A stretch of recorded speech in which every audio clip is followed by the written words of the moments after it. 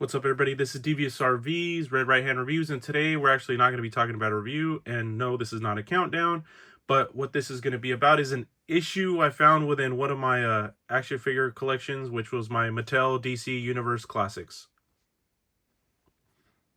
Now, I think it was like a week ago on Saturday, I was cleaning, felt like doing some cleaning, so, some of my shelves get a little dusty and stuff, so I was dusting off one of my DC figures, and I realized, man, this whole shelf's pretty dusty. So I took every single one of my DC Classics figures down and I dusted each one. I have pretty much like 99.9% of the whole line that Mattel did.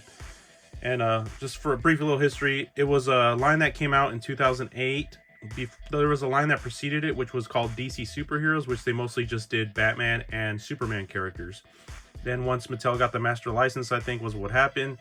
Then they started, they had permission to do pretty much everything within the DC folder, character-wise.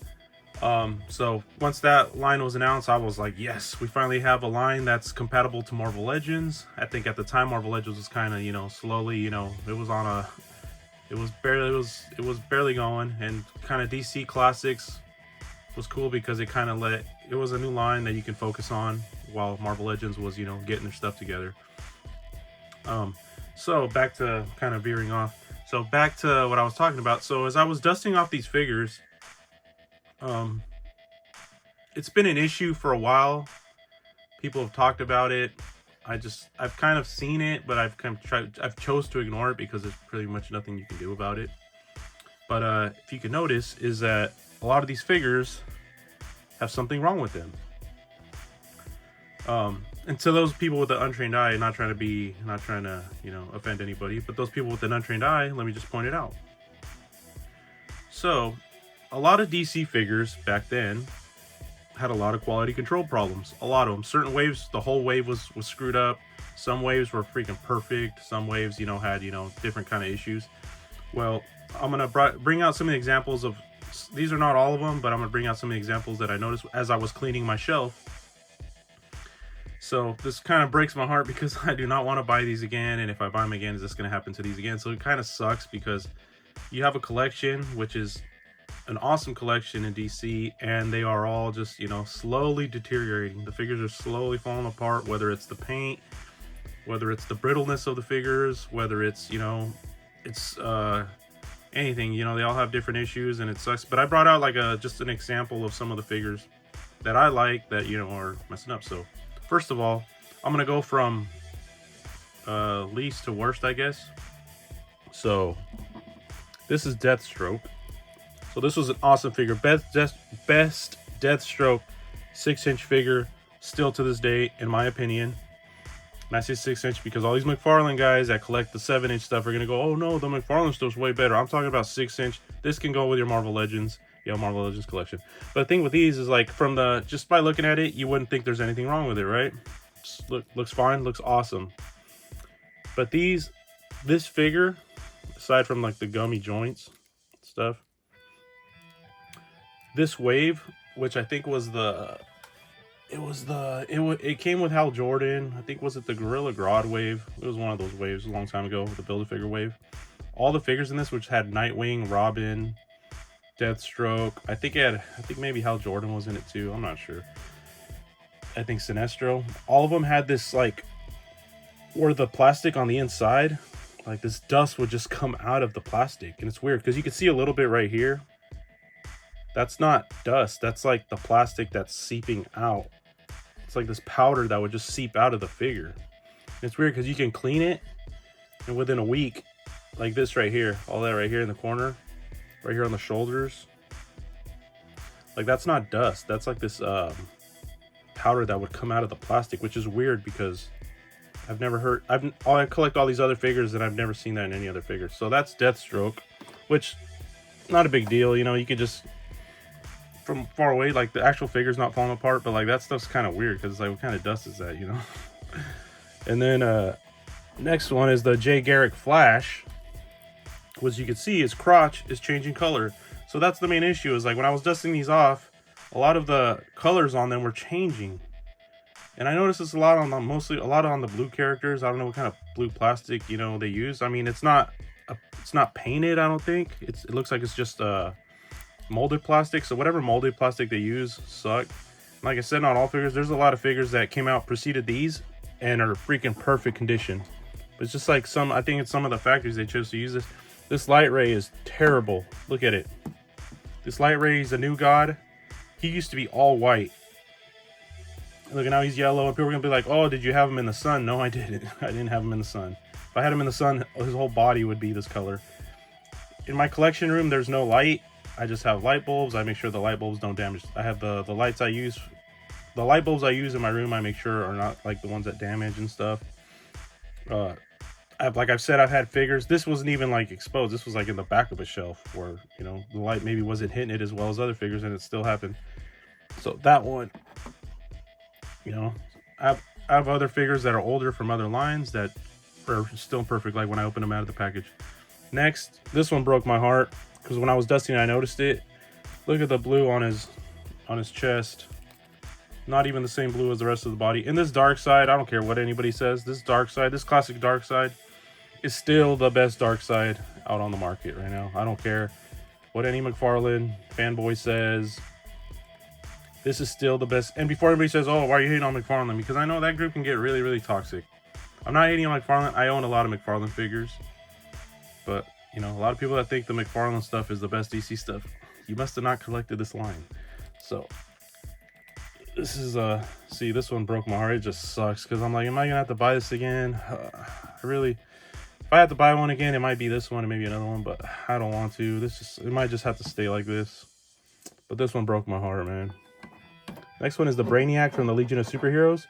And this one, it's not like I could just go and buy this one because this one came in a 12-pack. I think 13-pack if you want to include Invisible Boy, which is no figure. There's just nothing in the package. This is the Brainiac kid. And look at his thighs and look at his freaking stomach area. Like, plastic doesn't match anymore. And a lot of the figures from that line are like this. Just look at this. And that box set is so expensive if you want to rebuy it. It's so expensive. And it's not like I could just resell this box. It's not like I could just put it on you because the whole thing is pretty much screwed up now because of the paint and stuff. If anybody were to buy it, they'd be all mad or something insane. But look at it. That just looks bad. This next one was a tough pill to swallow too because this one was an exclusive. So what happened was that DC... Put that down a little bit so I could talk a little bit. I'm sorry, I don't want to bore everybody, but... So what happened was when DC... DC Classics got out of retail, they did like a subscription only line. They went to only subscription, so to entice people to buy into the subscription, like every month you'd get a new figure and stuff you'd buy in, but they would do like an exclusive only for subscription members. So this Metron came with his chair. So those who don't know who Metron is, he's like has a chair and he flies around the galaxy and stuff and the cosmos and stuff. But he's like yeah, he's a new god character. So this guy is hard to get because he's only an exclusive. But look at the same problem as the Brainiac. Look at his thighs. That blue is just some freaking weird blue color now. Look at this. Oh, man, look at his back. Look at his back. That's not supposed to be that way. Man. It sucks because this line, like I said earlier, I have pretty much 99.9% of the line. The 0.1% is probably just some of the spin-off stuff because they did little spin-off animated lines that kind of use the same bucks, but like the heads were animated. I don't have all of those. I have some, but not all of them. But it sucks because, you know, like, are all of them eventually going to be like that? Like these are. There's more that are like this, but not as bad yet. But like, are all of them going to be eventually? My Batman shelf, thank goodness my Batman shelf. All of my figures are good on my Batman shelf. All of my figures are good on my Green Lantern shelf.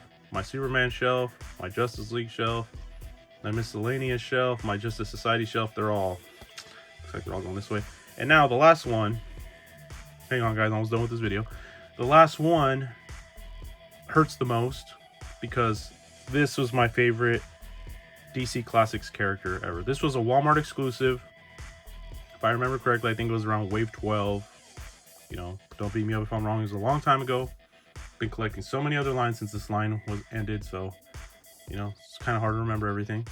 But this one broke my heart because I love gorillas, I love evil apes, love all those kind of characters, you know, evil apes, evil gorillas, you know, mad scientist gorillas, mad everything. All that stuff to me is awesome. I love it. I don't know why. I just think gorilla characters are awesome. When it comes to King Kong, you know, Planet of the Apes, all the, we know when there's the Gorilla Grodd, you know, I can't, you know, I'm kind of blanking right now, but you know, when it's gorilla characters like the Hellboy one figure, that one's awesome too. The Krygaff or whatever his name is, but yeah, so this one broke my heart because this is my favorite DC Classics figure that I have, and people, you know, it looks basic. It's not, you know, it's not like the greatest figure, but if you haven't noticed yet, or maybe the lighting's off and you can't. If you haven't noticed yet, was anybody that needs an Ultra Humanite, this is the best Ultra Humanite you can get. I might rebuy this one for sure, just because I love this figure. But as you can see, it's kind of hard to tell, but just the right side of his right thigh is yellowing. You can barely tell. You can't tell. Like, look, on this side, lift up his... See how perfect his left side looks? Look at his right side. Just starts that little yellowing just on this section, because right here when they constructed this figure, it's split right here. And they put two pieces together, obviously, right here. So this is split. They put two pieces together. See the yellowing on it? So over time, this is just going to get really yellow. It's going to probably turn into like that. Maybe not as bad as that, but it's going to get to that color, and it's just going to look so off. And it breaks my heart because this is my favorite figure out of this whole line. And it was hard to get because this was a Walmart exclusive. So yeah, I just wanted to bring that up because, you know, as I'm slowly dusting off a lot of other shells, a lot of the figures, I'm kind of, you know, uncovering what is, you know, because I've been collecting a long time, and, you know, you kind of see a lot of stuff age over the years. I've had NECA figures that get all sticky and brittle, especially NECA. I've heard like a lot of Storm collectible figures, the rubber they use, the rubber overlays they use on their figures are gonna fall apart, falling apart. I have the Swamp Thing figure from this line, which was all rubbery, and that figure's still perfect. It hasn't messed up on me yet. So I just think it's just certain factories they use, certain plastics. I'm not an expert on the type of plastic. There's certain collectors that are experts at every type of plastic used. You know, so maybe they'll know. But yeah, there's a way to fix them. I know there's a way to fix this when it's white. I'm afraid to fix that because I don't want to mess it up more, because it's not white, it's gray. But when it's a white character, I think there's a way to fix it. People dip it in like a peroxide or something for a bunch of days on end, and then it kind of turns white again. But I'm not sure if you can do that to all these other figures. If you can, please let me know. I'd like to fix all of them. But yeah, does anybody else collect this line? Did anybody else notice this stuff? I'd like to, you know what other people's issues are with their figures. It sucks, you know, as a collector, because eventually maybe all of our stuff is going to fall apart, you know. It'll probably be after we're all long gone, but yeah, it just sucks, you know. It just makes you feel like it's just toys. Like I said, it's not a big deal, you know. There's bigger things, more important things in life, more things to worry about. But, you know, it's a hobby, and when you love doing a hobby and there's something wrong with the hobby, or it's just something messes up, it just kind of, you know, brings you down a little bit. But yeah, so this is video of this issue I found out with my figures, and this is DBSRB's Right Hand Reviews, and hit a like, subscribe, and peace.